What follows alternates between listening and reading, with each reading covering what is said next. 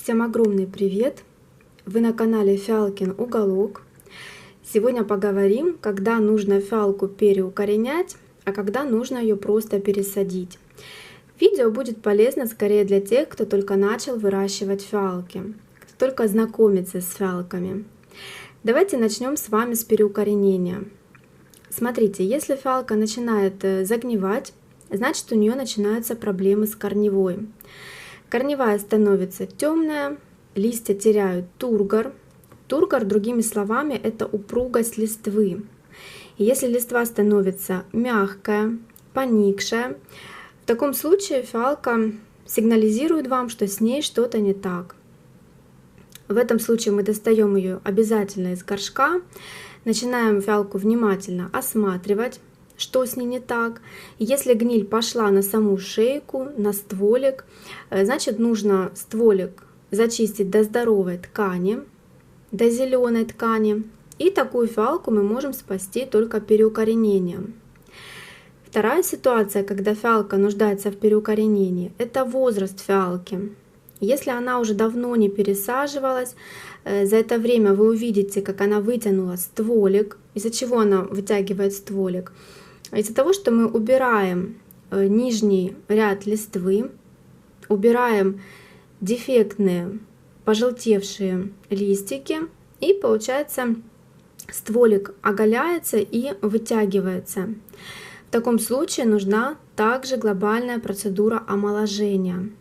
Всю засохшую корочку и темную ткань нужно также зачистить, как морковку мы очищаем, и поставить наращивать корневую. Вот для примера показываю вам такую фиалку. Она долго цвела, обильно цвела, шапочно, продолжительно. Из этого у нее стала мелкая серединка, затормозилась в росте. Видите? Стволик немного вытянулся, и я ее поставила заново наращивать корни. Поставила ее в воду. Вот что в итоге у нас получилось. Вот такие здоровые белые корни. Убрала ненужную листву, укоротила стволик, зачистила его. И можно поставить либо сразу в грунт. Я обычно ставлю на фитиль, сажаю в торф, либо в воду поставить. Вот такие замечательные корни нарастают. Я уже показывала весь процесс подробнее, как и что зачищать. Есть у меня такие видео на канале, ссылку оставлю под этим видео в описании, кому интересно. Я бы не рекомендовала сильно длинные корни дожидаться. Такой максимальный размер, самый оптимальный, даже надо было пораньше посадить ее уже. Сильно длинные корни не надо оставлять, так как они легко травмируются. Корневая очень хрупкая, и при посадке вы все равно нарушите эту корневую, если они будут слишком длинные. Поэтому совершенно нет смысла наращивать целую бороду корней.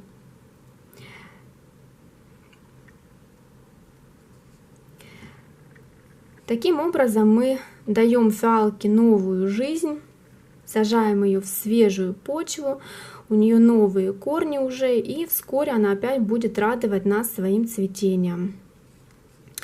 Эту розетку я буду сажать в этот же объем, в котором она переукоренялась, 100-граммовый стакан. Больше объем ей и не нужен. В нем она очень быстро запустит рост корневой, начнет оплетать земляной ком, пойдет в рост серединка. Вы увидите, как развиваются новые листики из центра. Значит, фиалка хорошо адаптировалась, тронулась в рост, и ей все нравится. Вы это заметите, как она быстро пойдет в рост.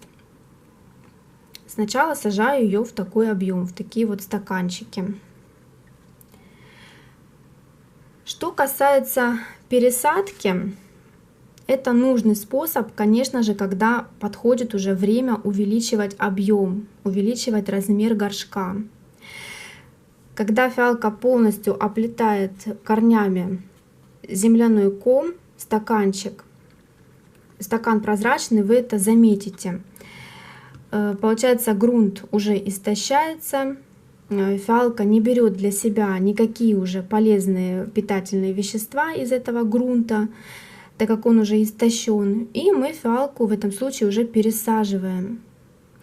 Можно с частичной заменой грунта, а можно просто методом перевалки, не нарушая земляной ком.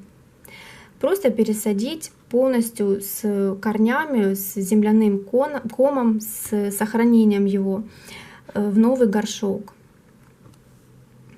Сейчас покажу поближе. Вот в такой вот объем, в такой горшок я пересаживаю все свои фиалки после 100-граммового стакана. Вот эта фиалка в нем первый раз зацвела, теперь она отцветет, и я пересажу ее в этот объем. Это 8 сантиметров в диаметре. Также я использую одноразовые кофейные чашки. Тоже там подходящий объем для фиалок. Я их уже показывала не раз в своих видео. Большой объем для фиалок не нужно брать, так как фиалка очень долго будет оплетать корнями земляной ком. Она будет долго сидеть на одном месте, она затормозится в росте. А если затормозится в росте, то, соответственно, и цветение мы долго не увидим. Чем меньше объем, тем быстрее фиалка начинает запускать рост корневой, начинает активно наращиваться листовая масса, и, соответственно, уже в пазухах листвы формируются цветоносы. Это у меня, кстати, первый раз цветет фиалка сорт НК Янь. Это пестролистный сорт, но пока не очень меня впечатлил, конечно. Ну, посмотрим, как еще в следующем цветении она себя проявит. Такие вот цветочки.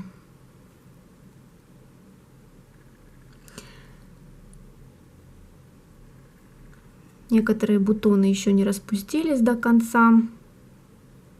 Ну, как-то не очень я впечатлена. Ну, посмотрим. На этом, друзья, буду заканчивать это видео. Если у вас остались вопросы, задавайте, с удовольствием на них отвечу. Если вы не подписаны, оставайтесь.